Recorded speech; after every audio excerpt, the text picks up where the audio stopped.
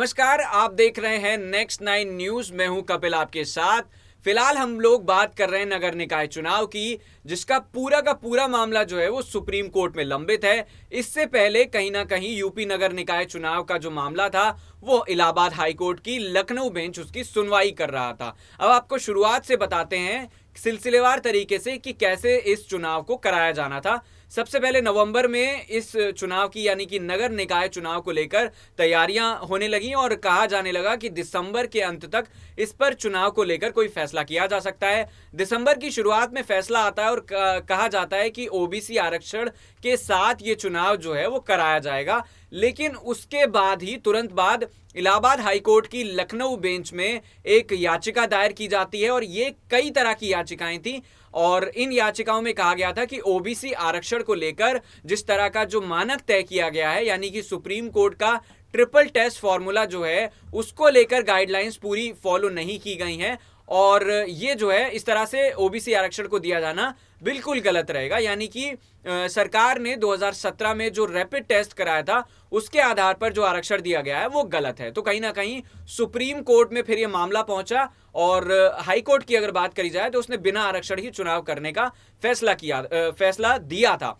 तो उसके बाद योगी आदित्यनाथ ने 24 घंटे के अंदर एक ओबीसी आरक्षण को लेकर एक आयोग का गठन किया और सुप्रीम कोर्ट जाने का फैसला किया, जहां पर एसएलपी दायर की गई जिसे विशेष अनुज्ञा याचिका के नाम से जाना जाता है। आज जो है वो सुप्रीम कोर्ट में सुनवाई जारी है।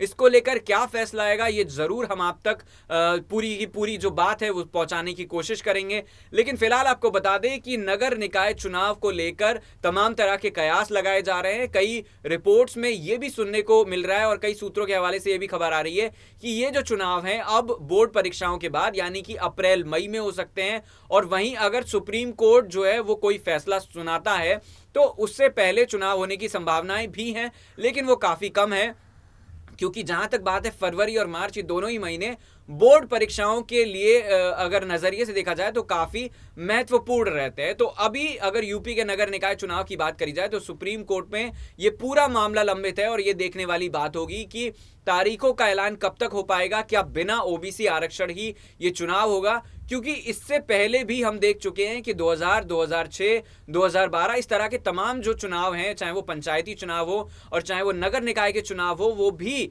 रैपिड टेस्ट यानी कि जो 2017 में रैपिड टेस्ट योगी सरकार ने करवाया था उसी के आधार पर पहले भी हो चुके हैं। तो क्या सुप्रीम कोर्ट फैसला जो इलाहाबाद हाई कोर्ट की लखनऊ बेंच ने दिया था उसके विरुद्ध सुनाएगा यानी कि योगी सरकार की जीत होगी? ये देखने वाली बात होगी। फिलहाल आपका क्या कहना है, चुनाव की तारीखों का ऐलान कब तक हो सकता है? कमेंट करके जरूर बताइएगा। फिलहाल देखते रहिए नेक्स्ट नाइन न्यूज। नमस्कार।